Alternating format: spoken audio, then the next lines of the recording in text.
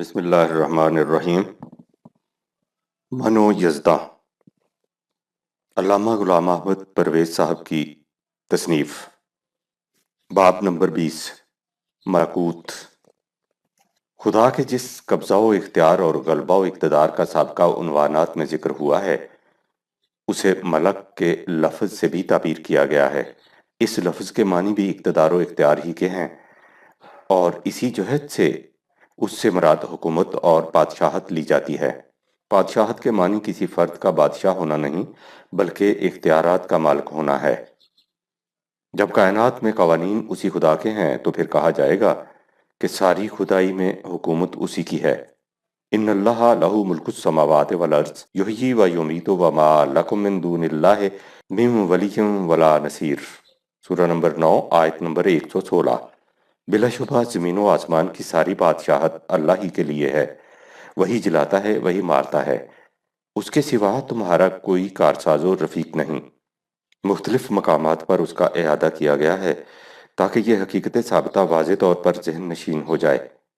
ملاحظہ ہو سورہ نمبر 2 آیات 1 تا 7، سورہ 7 آیات 158، سورہ 57 آیت نمبر 2۔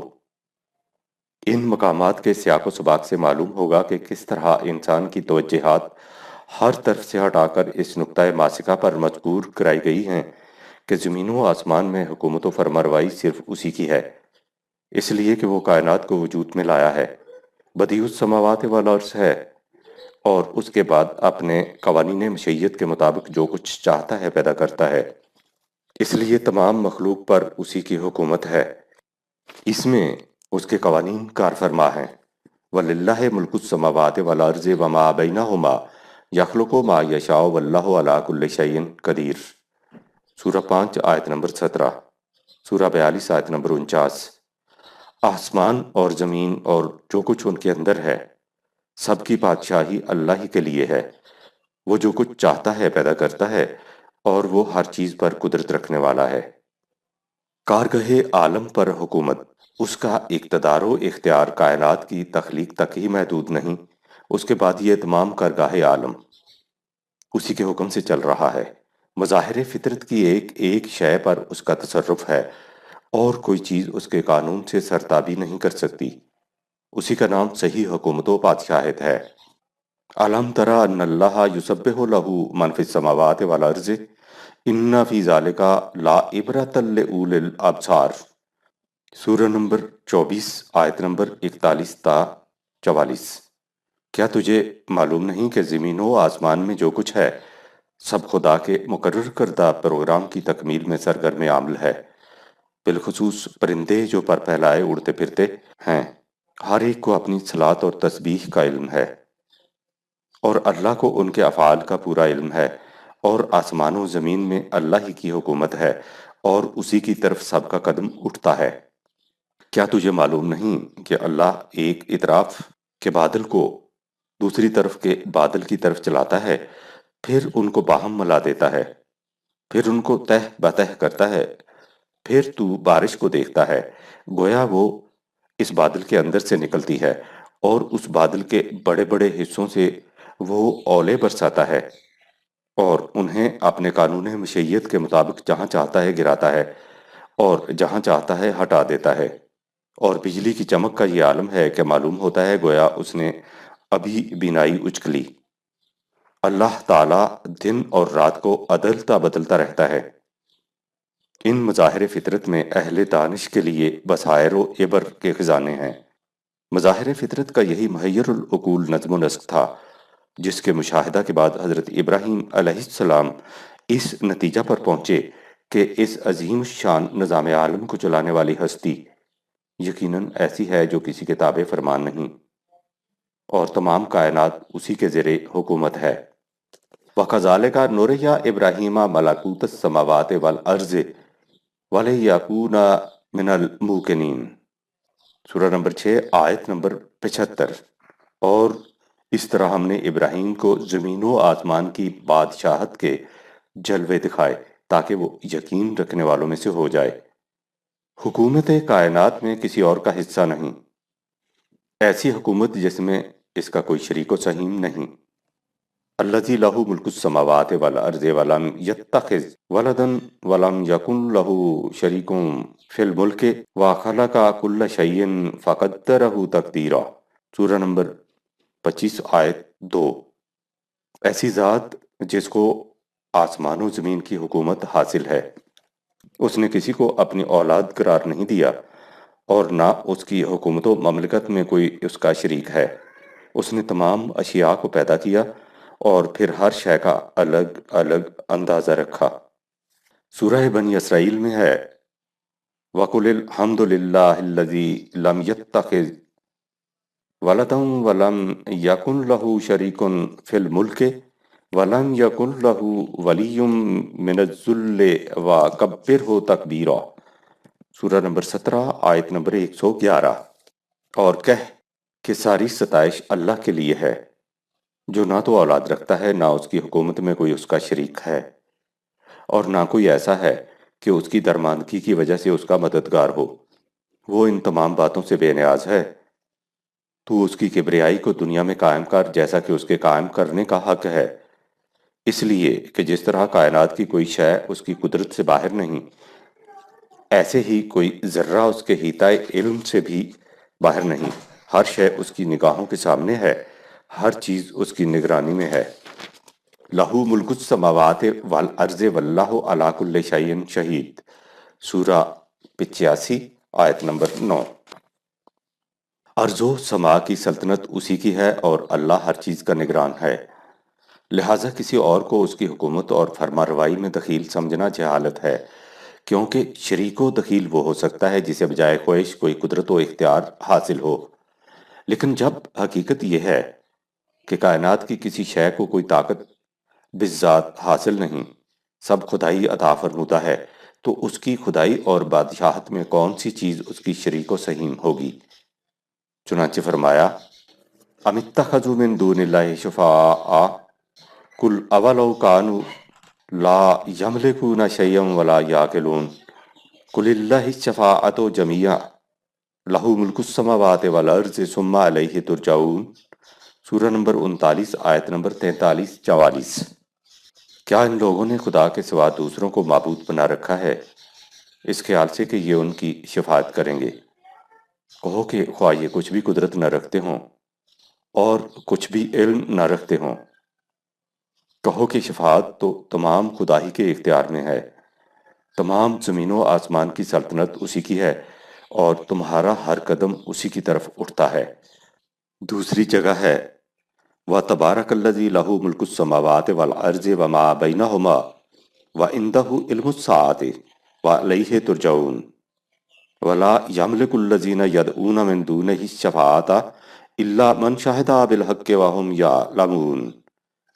سورہ نمبر 43 آیت نمبر 85-86۔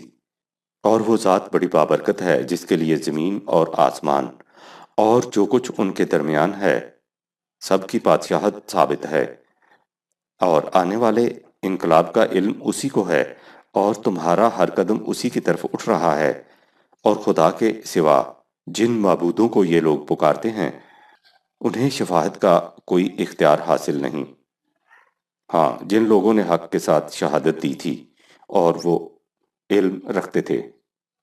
لوگ اس مالک الملک کے علاوہ جنہیں معبود قرار دیتے ہیں انہیں اس وسیع و عریض کائنات میں ذرہ برابر بھی اختیار نہیں ہے۔ ذالکم اللہ ربکم لہ الملک والذین تدعون من دونہ ما یملکون من قطمیر۔ سورہ نمبر 25 آیت نمبر 13۔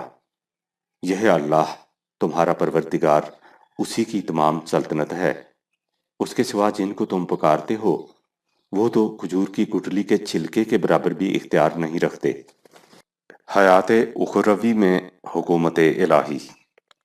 اللہ تعالیٰ کا عرصہ حکومت اسی دنیا تک محدود نہیں، اس کے بعد کی زندگی بھی اسی کے حدود مملکت میں ہے، اس لیے کہ امروز و فردا کہ یہ امتیازات تو ہماری نگاہوں کے پیدا کرتا ہیں، اس کی نگاہ میں دیروز، امروز اور فردا میں کوئی فرق نہیں۔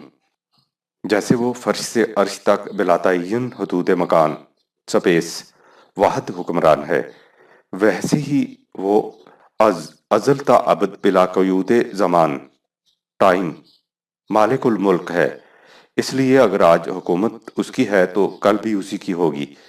پوچھا کہ لمن الملک اليوم، سورہ 40 آیت 16، اس دن کس کی حکومت ہوگی؟ فرمایا کہ وَلَهُ الْمُلْكُ يَوْمَ يُنفَخُ فِي الصُّورِ، سورہ 6 آیت نمبر 73۔ جس دن سور پھونک دیا جائے گا اس دن بھی حکومت اسی کی ہوگی۔ سورہ حج میں ہے الملک یومئذ للہ، اس دن بادشاہت اللہ کی ہوگی۔ وَلِلَّهِ مُلْكُ السَّمَاوَاتِ وَالْأَرْضِ وَيَوْمَ تَقُومُ السَّاعَةُ يَوْمَئِذٍ يَخْسَرُ الْمُبْطِلُونَ، سورہ نمبر 45 آیت نمبر 27۔ اور زمین و آسمان میں اللہ ہی کی سلطنت ہے، اور جس روز قیامت ہوگی جب بھی اسی کی حکومت ہوگی، وہ دن جب اہل باطل نقصان میں رہیں گے۔ اس لیے عذاب و مغفرت کے فیصلے اسی احکم الحاکمین کے قوانین مشیت کے ماتحت ہوں گے۔ علم تعلم ان اللہ لہ ملک السماوات والارض یعذب من یشاء ویغفر من یشاء واللہ علی کل شیء قدیر، سورہ نمبر 5 آیت نمبر 40۔ کیا تجھے معلوم نہیں کہ ارض و سما کی بادشاہت اللہ ہی کے لیے ہے؟ عذاب و مغفرت کے فیصلے اسی کے قانون مشیت کے مطابق ہوتے ہیں، اور وہ تمام چیزوں پر قادر ہے۔ ملکوت ارضی و سماوی، تصریحات بالا سے ظاہر ہے کہ کائنات میں بادشاہی خدا کے لیے ہے، زمام حکومت اسی کے ہاتھ میں ہے۔ پوچھا کہ من بیدہ ملکوت کل شیء، سورہ 23 آیت نمبر 88، وہ کون ہے جس کے ہاتھ میں تمام اشیاء کی بادشاہت ہے؟ فرمایا فسبحان الذی بیدہ ملکوت کل شیء والیہ ترجعون، سورہ 26 آیت 73۔ بلند ہے وہ ذات جس کے ہاتھ میں تمام اشیاء کی حکومت ہے اور تمہارا ہر قدم اس کی طرف اٹھ رہا ہے، نیز، سورہ 67 آیت نمبر 1۔ اس لیے ذات باری تعالیٰ کے اسماء الحسنہ میں ایک صفت ملک القدوس بھی ہے، شاہنشاہ حقیقی، تمام نقائص سے پاکیزہ، تمام کمزوریوں سے بلند و بالا تر۔ فتعالی اللہ الملک الحق لا الہ الا ہوا رب العرش الکریم، سورہ نمبر 23 آیت نمبر 116۔ وہ بادشاہ حقیقی، بلند و بالا تر، اس کے سوا کوئی الہ نہیں، صاحب عرش کریم، سورہ نمبر 20 آیت نمبر 114۔ خارجی کائنات میں خدا کی حکومت براہ راست جاری و ساری ہے، لیکن انسانوں کی دنیا میں نظم و نسق انسانوں کے ہاتھوں سے ہوتا ہے، اسے حکومت اور اختیار کہا جاتا ہے۔ اور حکومت اور اختیار کے ملنے اور چھننے کے لیے خدا نے قوانین مقرر کر دیے ہیں۔ اس سے ظاہر ہے کہ جب یہ کچھ ملتا اور چھنتا اس کے قوانین کے مطابق ہے تو یہ کہنا بالکل درست ہے کہ مالک الملک تو وہی ہے، البتہ وہ اپنے قانون مشیت کے مطابق انسانی دنیا کا نظم و نسق ان لوگوں کو دے دیتا ہے جن میں اس کی صلاحیت ہوتی ہے، اور جب ان میں اس کی صلاحیت نہیں رہتی تو اسے ان سے چھین لیتا ہے۔ مالک الملک توتی الملک من تشاء و تنزع الملک ممن تشاء، سورہ نمبر 3 آیت نمبر 25۔ سلطنت کا مالک حقیقی تو، جسے چاہے اپنے قانون مشیت کے مطابق بادشاہت عطا فرما دے، اور جس سے چاہے اس قانون کے مطابق حکومت چھین لے، اس لیے کہ سب کچھ اسی کی ملکیت ہے۔ لاہو ما فی السماوات و ما فی الارض، سورہ 22 آیت نمبر 64۔ ارض و سماوات میں جو کچھ ہے سب اسی کی ملکیت ہے، اور جب ملکیت اس کی ہے تو بادشاہ حقیقی بھی وہی ہے۔ یسبح للہ ما فی السماوات و ما فی الارض لہ الملک و لہ الحمد وہو علی کل شیء قدیر، سورہ 64 آیت نمبر 1۔ زمین و آسمان میں جو کچھ ہے سب اس کے پروگرام کی تکمیل میں سرگرداں ہے، بادشاہت بھی اسی کی ہے اور سب ستائشیں بھی اسی کی ہیں، اور وہ ہر چیز پر قادر ہے۔ شان کبریائی، تمام کائنات میں حکومت اس کی ہے تو پھر اس سے بڑا کون ہو سکتا ہے؟ لہٰذا کائنات میں کبریائی بھی اسی کی ہے۔ وَلَهُ الْكِبْرِيَاءُ فِي السَّمَاوَاتِ وَالْأَرْضِ، سورہ 45 آیت نمبر 37۔ یہ ہے وہ خدا جس کی عبودیت کی طرف قرآن کریم دعوت دیتا ہے۔ ذالکم اللہ ربکم لہ الملک، سورہ 35 آیت نمبر 13۔ اس عنوان کو اللہ تعالیٰ کی عام قدرت تو بادشاہت تک محدود رکھا گیا ہے۔ اس کی حکومت اس دنیا میں کس طرح قائم ہوتی ہے، یہ الگ بحث ہے جو اپنے مقام پر آئے گی۔ مکمل ذات کی بنیادی خصوصیت صاحب اختیار و ارادہ ہونا ہے، لہٰذا انسانی ذات بھی جس قدر نشو و نما یافتہ ہوگی اسی قدر اس کے اختیارات کی وسعتیں ہوں گی۔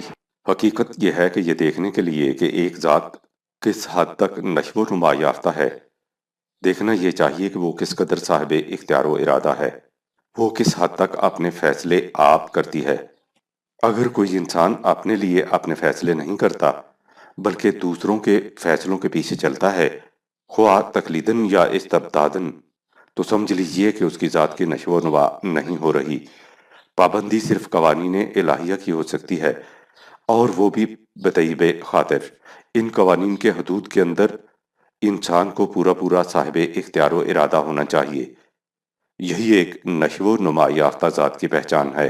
جس جماعت کے افراد کی ذات کی اس طرح نشو و نما ہوگی، وہ جماعت صاحب اختیار و ارادہ ہوگی، اسی کو حکومت کا حق ہوگا، لیکن اس کی حکومت دوسرے انسانوں سے اپنے احکام منوانے کے لیے نہیں ہوگی بلکہ قوانین خداوندی کی اطاعت کے لیے ہوگی، تاکہ اس طرح ان کی ذات کی بھی نشو و نما ہو جائے۔ بسم اللہ الرحمن الرحیم۔ منو یزداں، علامہ غلام احمد پرویز صاحب کی مارکات الآراء تصنیف، باب 21، احیاء و اماتت۔ خدا کی قوت و اقتدار کا دائرہ اس قدر وسیع ہے کہ موت اور حیات بھی اسی کے ہاتھ میں ہے۔ حیات، لائف کا سرچشمہ کیا ہے؟ یہ وہ سوال ہے جو ارباب فکر و تحقیق کے نزدیک، خواہ وہ عہد قدیم کے فلاسفر ہوں یا عصر جدید کے سائنسدان، لا ینحل چلا آ رہا ہے۔ سائنس کی تحقیقات زیادہ سے زیادہ یہاں تک پہنچ سکی ہیں کہ اس صفحہ ارض پر زندگی کی نمود کس طرح سے ہوئی، لیکن زندگی آ کہاں سے گئی، اس کے متعلق وہ کچھ نہیں بتا سکتے۔ قرآن ہمیں یہ بتاتا ہے کہ خدا الحیو ہے، یعنی بذات اوخیش زندہ، اور کائنات میں حیات اس کی پیدا کرتا ہے، یعنی جس طرح مادہ اس کا پیدا کرتا ہے اسی طرح حیات بھی اسی کی پیدا کرتا ہے، اور یہ وہ چیز ہے جو کسی اور کے اختیار میں نہیں، یعنی زندگی کا پیدا کرنا کسی اور کے لیے ممکن نہیں، البتہ اس نے زندگی کے استحکام اور ذوف کے لیے قوانین مقرر کر دیے ہیں جن کے مطابق اسے قوی بھی بنایا جا سکتا ہے اور تباہ بھی کیا جا سکتا ہے، چونکہ اس کی انتہائی تباہی، جسے موت کہتے ہیں، اس کے مقرر کردہ قوانین کے مطابق ہوتی ہے۔ اس لیے اس نے حیات کے ساتھ ممات کے متعلق بھی یہی کہا ہے کہ وہ اس کے اختیار میں ہے۔ یہ مطلب ہے قرآن کی ان آیات کا جن میں کہا گیا ہے کہ وہی جلاتا ہے، وہی مارتا ہے۔ مثلا ان اللہ لہ ملک السماوات والارض یحیی و یمیت وما لکم من دون اللہ من ولی ولا نصیر، سورہ نمبر 9، آیت نمبر 116۔ زمین و آسمان کی بادشاہت یقیناً اللہ کی ہے، وہی زندگی بخشتا ہے، وہی مارتا ہے، اس کے سوا تمہارا کوئی چارہ ساز اور کوئی مددگار نہیں۔ سورہ حدید میں ہے لہو ملک السماوات والارض یحیی و یمیت وہو علی کل شیء قدیر، سورہ 57، آیت نمبر 2۔ زمین و آسمان کی بادشاہت اسی کی ہے، وہی زندگی عطا کرتا ہے، وہی مارتا ہے، اور وہی ہر شے پر قادر ہے۔ سورہ یونس میں ہے ہوا یحیی و یمیت و الیہ ترجعون، وہی زندہ کرتا ہے، وہی مارتا ہے، اور تمہارا ہر قدم اسی کی طرف اٹھتا ہے۔ قرآن میں مختلف مقامات پر اس حقیقت کا اعادہ کیا گیا ہے۔ ان مقامات پر غور کرنے سے معلوم ہوگا کہ قرآن کا یہ اسلوب بیان کس قدر معجزانہ ہے۔ وہ ایک اصول کو تصریف آیات سے متعدد بار سامنے لاتا ہے، اور ہر مقام پر یہ معلوم ہوتا ہے کہ یہ بات گویا پہلی بار سامنے آئی ہے۔ اس تکرار و اعادہ سے اصول پیش نظر اپنی پوری درخشندگی و تابناکی سے ذہن میں مرتسم ہو جاتا ہے۔ ہوا یحیی و یمیت کے لیے حسب ذیل آیات کو سامنے رکھیے اور دیکھیے کہ مندرجہ بالا اسلوب قرآنی کس درجہ دلنشیں واقع ہوا ہے۔ سورہ 15 آیت نمبر 22، سورہ نمبر 23 آیت نمبر 80، سورہ نمبر 40 آیت نمبر 68، سورہ 44 آیت نمبر 8، سورہ 50 آیت نمبر 43، سورہ نمبر 53 آیت نمبر 44۔ فطری دلیل: وہ لوگ جو خدا کی ہستی سے انکار کرتے ہیں ان کے سامنے موت و حیات کو بطور دلیل پیش کیا گیا ہے۔ فرمایا کیف تکفرون باللہ وکنتم امواتا فاحیاکم ثم یمیتکم ثم یحییکم ثم الیہ ترجعون۔ سورہ نمبر 2 آیت نمبر 28۔ تم اللہ سے کس طرح انکار کر سکتے ہو؟ تم مردہ تھے، اس نے تمہیں زندگی عطا کی، پھر وہ تم پر موت طاری کرتا ہے اور پھر حیات نو عطا کرتا ہے اور تمہارا ہر قدم اس کی طرف اٹھتا ہے۔ سورہ حج میں ہے وَهُوَ الَّذِي أَحْيَاكُمْ ثُمَّ يُمِيتُكُمْ ثُمَّ يُحْيِيكُمْ إِنَّ الْإِنسَانَ لَكَفُورٌ۔ سورہ 22 آیت 66۔ اللہ وہ ہے جس نے تمہیں زندگی عطا فرمائی، پھر وہ تمہیں مارے گا، اس کے بعد وہ پھر زندہ کرے گا، لیکن انسان بڑا ناشکر گزار ہے۔ سلبی پہلو: یہ تو تھا اس موضوع کا ایجابی پہلو، یعنی یہ کہ موت و حیات کا مالک صرف اللہ ہے۔ اس کے ساتھ ہی اس کا سلبی پہلو بھی بیان کر دیا تاکہ حقیقت اچھی طرح دل نشین ہو جائے۔ فرمایا وَاتَّخَذُوا مِن دُونِهِ آلِهَةً لَا يَخْلُقُونَ شَيْئًا وَهُمْ يُخْلَقُونَ وَلَا يَمْلِكُونَ لِأَنفُسِهِمْ ضَرًّا وَلَا نَفْعًا وَلَا يَمْلِكُونَ مَوْتًا وَلَا حَيَاةً وَلَا نُشُورًا۔ سورہ نمبر 25 آیت نمبر 3۔ اور یہ لوگ اللہ سے ورے ہی اوروں کو الہ بنا لیتے ہیں جو کوئی شے پیدا نہیں کر سکتے بلکہ خود مخلوق ہیں اور اپنی ذات کے لیے بھی کسی نفع یا نقصان پر اختیار نہیں رکھتے اور نہ ہی موت و حیات و نشور پر قادر ہیں۔ مادہ پرست: یورپ کے سائنسدانوں میں ایک گروہ ایسا بھی ہے جس کا عقیدہ ہے کہ جب مادی عناصر میں ایک خاص ترتیب پیدا ہو جاتی ہے تو ان میں خود بخود محض اتفاقی طور پر زندگی پیدا ہو جاتی ہے، اور جب زمانہ کی طبعی گردشوں سے یہ ترتیب بگڑ جاتی ہے تو موت واقع ہو جاتی ہے۔ یہ گروہ دور حاضر کا پیدا کردہ نہیں، حکمائے یونان کے وقت سے ان کے وجود کا پتہ چلتا ہے۔ نزول قرآن کے زمانے میں بھی یہ موجود تھا۔ قرآن نے انہی کی طرف اشارہ کر کے کہا ہے کہ وَقَالُوا مَا هِيَ إِلَّا حَيَاتُنَا الدُّنْيَا نَمُوتُ وَنَحْيَا وَمَا يُهْلِكُنَا إِلَّا الدَّهْرُ وَمَا لَهُم بِذَلِكَ مِنْ عِلْمٍ إِنْ هُمْ إِلَّا يَظُنُّونَ۔ سورہ 45 آیت نمبر 24۔ اور یہ کہتے ہیں کہ زندگی بس اسی دنیا کی زندگی ہے، یہیں جینا ہے اور یہیں مر جانا ہے، اس کے بعد اور کوئی زندگی نہیں، اور یہ موت سوائے اس کے اور کیا ہے کہ زمانہ اپنے قوانین امتزاج و انتشار کی روح سے اجزائے مترتبہ کو پریشان کر کے ہلاک کر دیتا ہے۔ لیکن یہ نظریہ علم پر مبنی نہیں، یہ محض ظن و تخمین ہے، قیاس آرائیاں ہیں، حقیقت نہیں ہے۔ آپ نے غور کیا دہریت مادہ پرستی کے اس نظریہ کا آخری نتیجہ کیا نکلا؟ یہ کہ زندگی اسی طبعی زندگی کا نام ہے جو مرنے کے ساتھ ختم ہو جاتی ہے، اس کے بعد کوئی زندگی نہیں۔ قرآن تسلسل حیات کا قائل ہے اور قرآن ماننے والوں کا اس پر ایمان ہے۔ اس لیے دہریت کے اس نظریہ کو بیان کرنے کے بعد قرآن نے واضح الفاظ میں کہہ دیا کہ حقیقت وہ نہیں جسے یہ لوگ بیان کرتے ہیں۔ حقیقت یہ ہے کہ قُلِ اللَّهُ يُحْيِيكُمْ ثُمَّ يُمِيتُكُمْ ثُمَّ يَجْمَعُكُمْ إِلَى يَوْمِ الْقِيَامَةِ لَا رَيْبَ فِيهِ وَلَكِنَّ أَكْثَرَ النَّاسِ لَا يَعْلَمُونَ۔ سورہ نمبر 45 آیت نمبر 66۔ کہہ دے کہ وہ اللہ ہے جو تمہیں زندگی عطا فرماتا ہے اور پھر تم پر موت طاری کر دے گا اور پھر قیامت کے دن اکٹھا کرے گا، وہ دن کہ جس کے وقوع میں کوئی شک و شبہ نہیں۔ یہ ضنی اور قیاسی بات نہیں، لیکن مشکل یہ ہے کہ بہت سے لوگ اس حقیقت کا علم نہیں رکھتے، اور جس چیز کو وہ علم کہتے ہیں وہ ظن و قیاس سے آگے کچھ نہیں ہوتا۔ مادیین کا نظریہ موت و حیات کس طرح محض ظن و تخمین ہے اور علم صحیح کی کسوٹی پر پورا نہیں اترتا، بلکہ کس طرح خود انہی میں ایسے لوگ پیدا ہو رہے ہیں جو اپنے پیش رو سائنسدانوں کے نظریہ حیات و ممات کا ابطال کر رہے ہیں۔ اس بحث کا یہ موقع نہیں، یہ بحث سلسلہ معارف القرآن کی آخری کڑی کتاب آخرت میں آئے گی۔ اس وقت صرف اتنا دیکھیے کہ قرآن کریم نے کس طرح ہر باطل نظریہ کی تکذیب کر کے اس حقیقت کو واضح کیا ہے کہ زندگی بھی خدا کی پیدا کردہ ہے اور موت بھی۔ اسی کے قانون کے مطابق واقع ہوتی ہے، لہٰذا اس کے لیے کچھ مشکل نہیں کہ وہ موت کے بعد پھر زندگی عطا کر دے، اور یہ دعویٰ علم پر مبنی ہے، ظن و تخمین پر نہیں۔ محرم نہیں ہے تو ہی نواحائے راز کا، یا ورنہ جو حجاب ہے پردہ ہے ساز کا۔ اس ایمان کا عملی نتیجہ بھی دیکھیے۔ انسان کے لیے لغزش کی سب سے بڑی خطرناک گھاٹی موت کا خطرہ ہے۔